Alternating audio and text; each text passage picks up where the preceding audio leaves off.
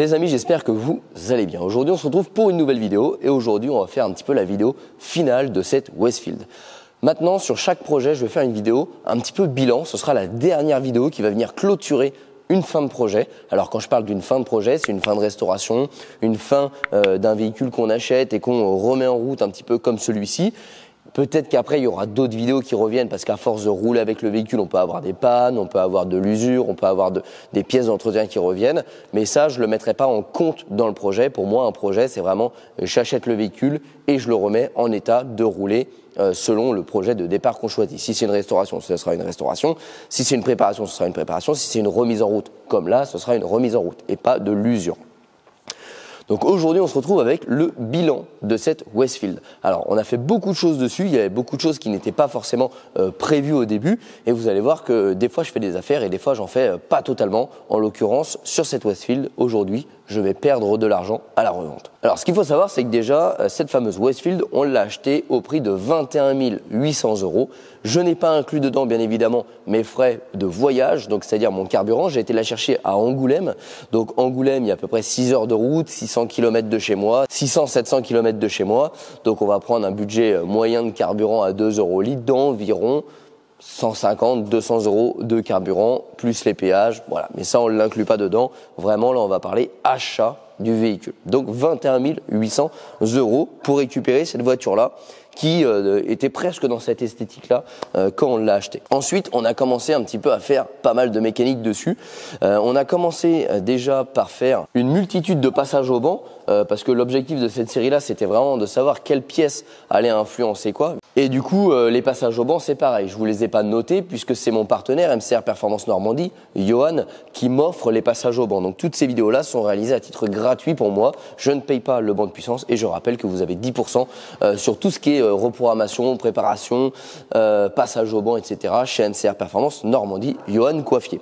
Donc, on a commencé par faire cette fameuse petite découpe dans la voiture, rappelez-vous, parce que le moteur prenait uniquement de l'air chaud. C'est-à-dire qu'on attrapait de l'air chaud par devant, on tourbillonnait l'air chaud et les carburateurs faisaient que aspirer de l'air chaud et on avait une grosse perte de performance de ce côté-là et surtout une perte de comportement. C'est-à-dire que la bagnole calait, elle redémarrait plus à chaud, c'était un calvaire.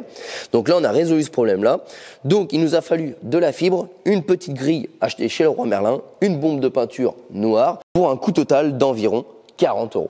Alors pourquoi je vous ai mis 40 €, c'est pas tout à fait le prix exact parce que moi j'avais une grande grille de chez Leroy Merlin pour fabriquer des cheminées et j'ai coupé un petit bout, mais vous avez les mêmes en petit format chez Leroy Merlin, entre 15 et 20 €.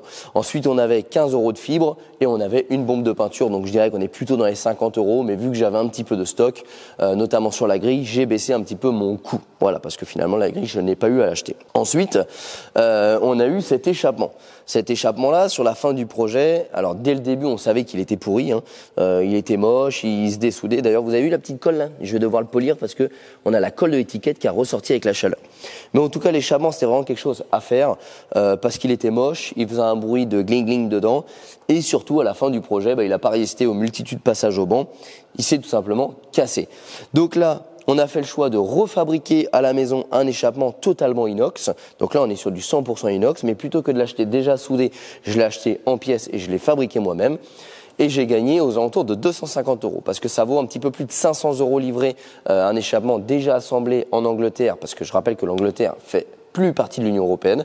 Donc maintenant, on est assujetti à la douane. Donc en plus des délais longs, on mange des frais de douane. Donc du coup, c'était pas du tout intéressant.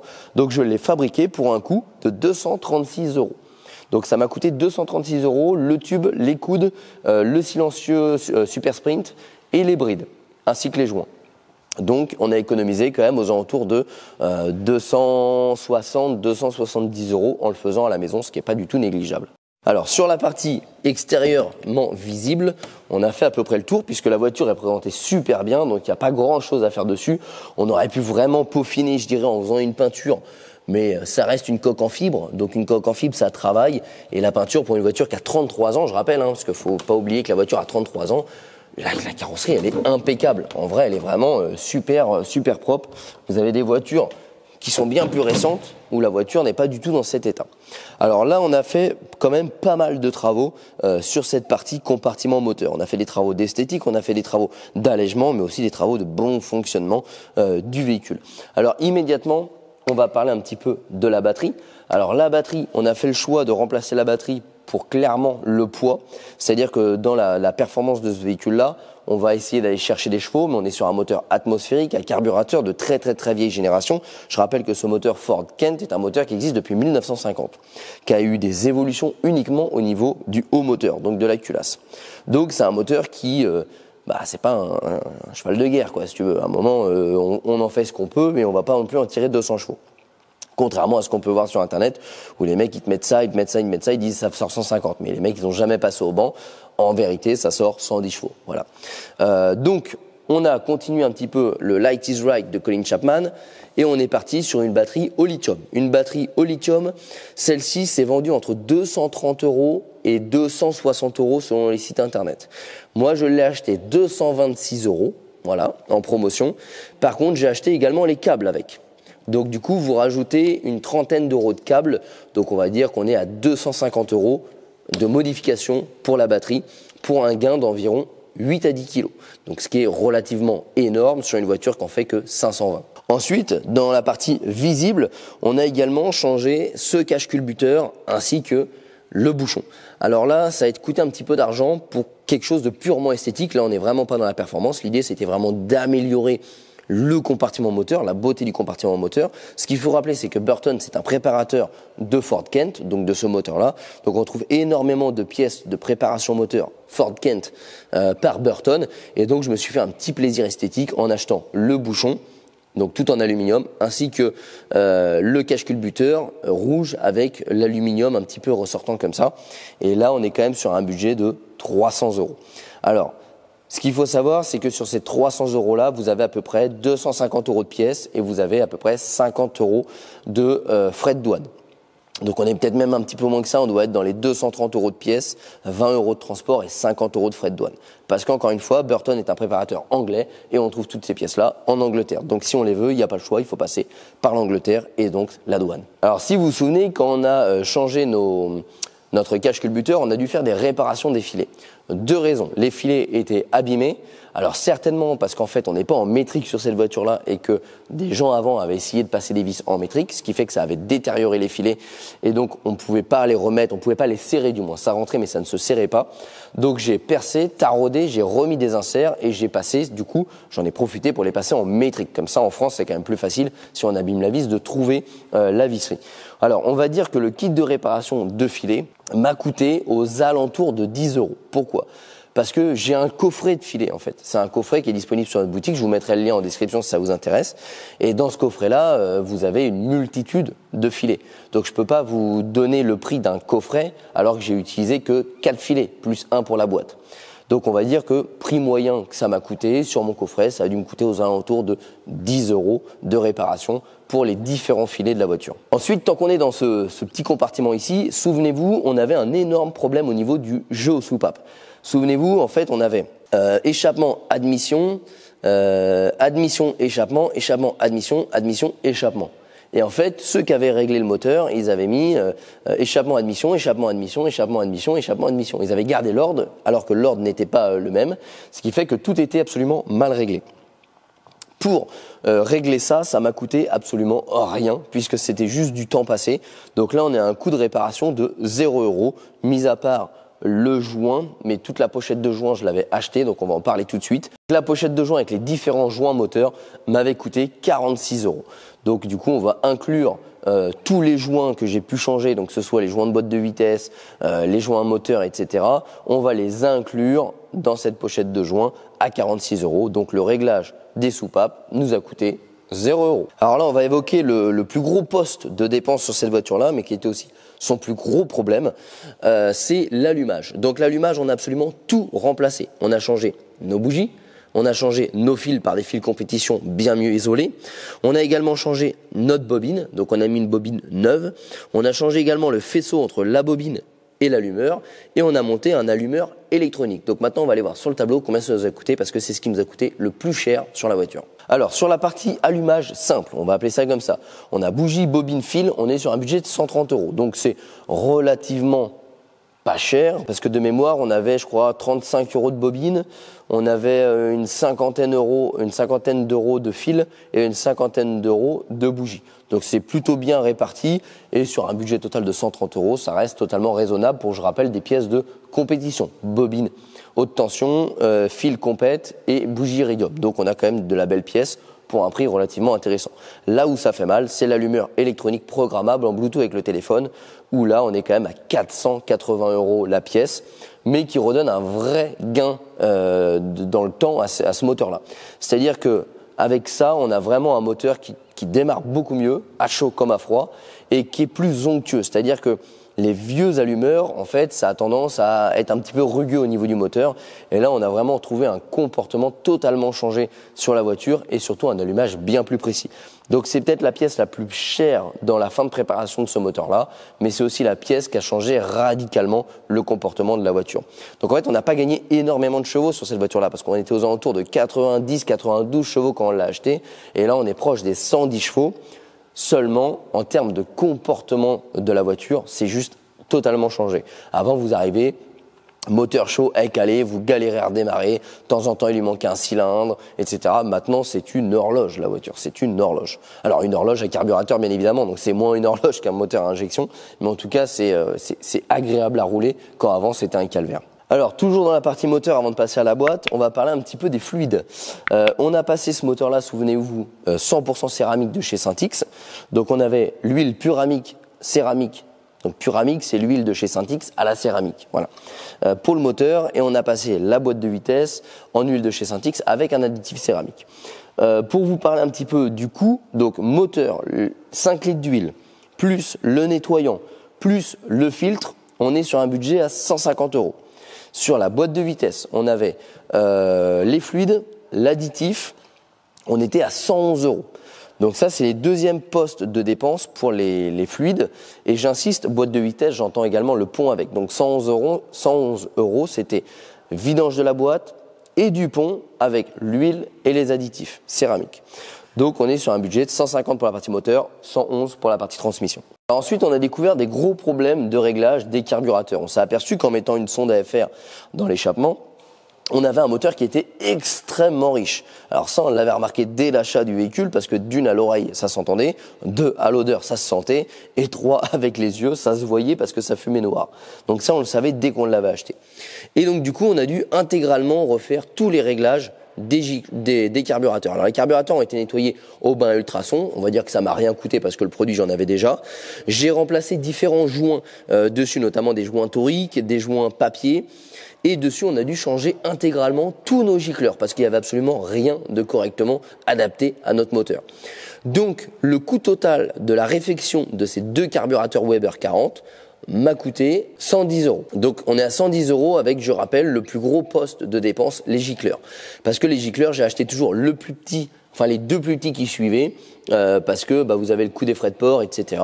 Vous avez aussi le temps, et quand vous êtes sur le banc de puissance pour régler, il vous faut quelques gicleurs pour pouvoir adapter. Donc là, en l'occurrence, sur les, je dirais 70-75 € je crois de gicleurs, et j'en ai presque un tiers finalement qui n'ont pas servi, parce que j'avais pris deux gicleurs principales de deux tailles différentes et des gicleurs de ralenti. Les gicleurs de ralenti étaient bons, les gicleurs principales, j'en ai utilisé 15 sur les deux, mais encore une fois, on n'a pas la science infuse, il faut en acheter plusieurs pour savoir quel est le bon. Et donc même si on perd un petit peu d'argent, finalement on en gagne quand même un petit peu, parce que si on se trompe, on n'a pas deux fois les frais de port à payer. Donc investissement pour le réglage et la remise en route de ces deux carburateurs-là, 110 €. Et dernier petit point qu'on a fait, donc ça c'était l'avant-dernière vidéo sur la réparation de cette Westfield, la boîte de vitesse. Souvenez-vous, ils avaient collé le pommeau de vitesse sur le sélecteur de vitesse, ce qui avait engendré tout simplement, quand on avait démonté tout ça pour faire l'entretien de la transmission, donc l'égraissage de l'arbre de transmission et l'entretien de la boîte de vitesse, et tout simplement le sélecteur s'était cassé. Donc il a fallu le réparer, donc ça m'a rien coûté, c'est une soudure et un petit peu d'heures, et surtout il a fallu que je rachète une boule. Donc une boule plus les filets, etc. pour réparer la boîte de vitesse, le bouchon Parce que souvenez-vous, on a fait également un bouchon de vidange qui n'y avait pas d'origine. D'origine, on ne pouvait pas vidanger cette boîte-là. Donc je dirais que l'adaptation plus la réparation de la boîte nous a coûté 50 €. Et aujourd'hui, les seules choses qui me restent à faire, c'est à changer les petites vis ici. Parce qu'en fait, ils avaient mis des petits inserts filetés et en fait, ils avaient mis des vis à métal dedans, ce qui fait que en fait, ça rentrait pas, donc ça ne serrait pas. Donc, il faut tout simplement que je trouve des petites vis qui vont dans les inserts, donc ça va être fait courant de la semaine pour venir terminer propre tout ça.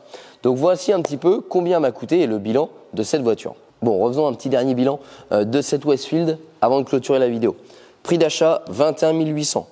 Les différents joints moteurs 46 €. Les filtres et les fluides moteurs 150 €.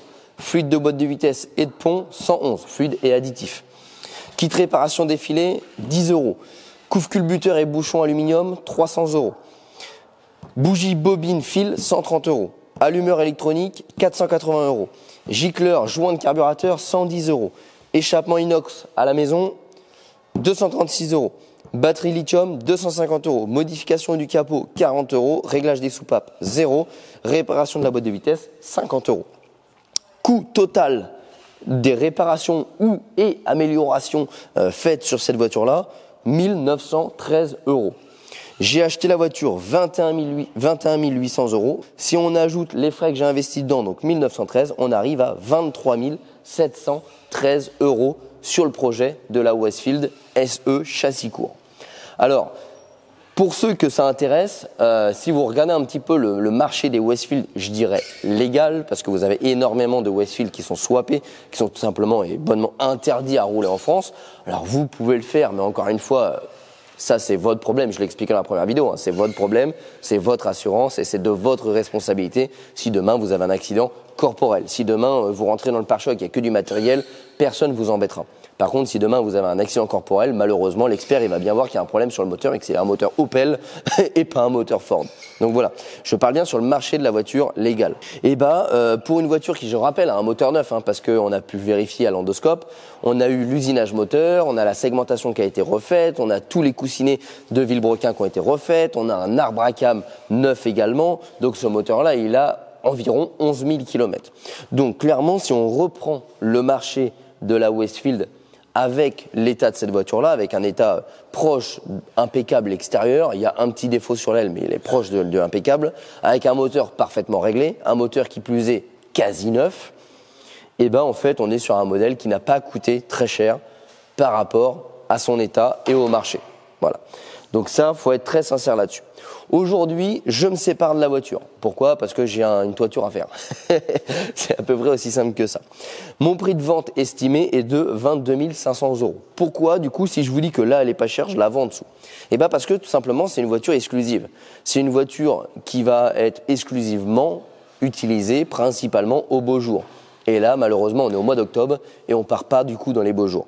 Et donc, forcément, il y a un vrai delta entre l'été, donc le printemps-été et l'automne-l'hiver sur la revente de ces véhicules-là, comme d'ailleurs sur le marché des motos. Vous allez vendre très cher une moto en plein été et vous allez vendre très peu cher la même moto en plein hiver. Parce que forcément, c'est l'offre et la demande et en hiver, il n'y a pas de demande pour les motos. Du moins, il y a moins de demandes. Et sur ces véhicules-là, c'est exactement la même chose. Donc là, moi, pour repartir sur un projet de travaux à la maison, j'ai tout simplement besoin de me séparer d'une de mes voitures. Et donc, je pense que le prix estimé de vente en hiver est de 22 500 €, alors qu'en été, j'aurais plutôt pu la vendre entre 23 500 et 24 000 €. Voilà, c'est à peu près le prix du marché. Donc, si je la vends 22 500 € courant de l'hiver, j'aurais tout simplement effectué une perte négative de 1 213 €. Donc aujourd'hui, à l'instant T, si je veux me séparer cet hiver de la voiture, j'aurais perdu 1 213 €, mais j'aurais fait un heureux avec un véhicule en parfait état. Bon, en tout cas les amis, j'espère que cette petite série de vidéos et de galères aussi, parce qu'elle nous en a fait voir un petit peu de toutes les couleurs, cette Westfield vous a plu. N'hésitez pas si vous aimez, n'hésitez pas à me dire si vous appréciez les vidéos un petit peu bilan comme ça en fin de projet.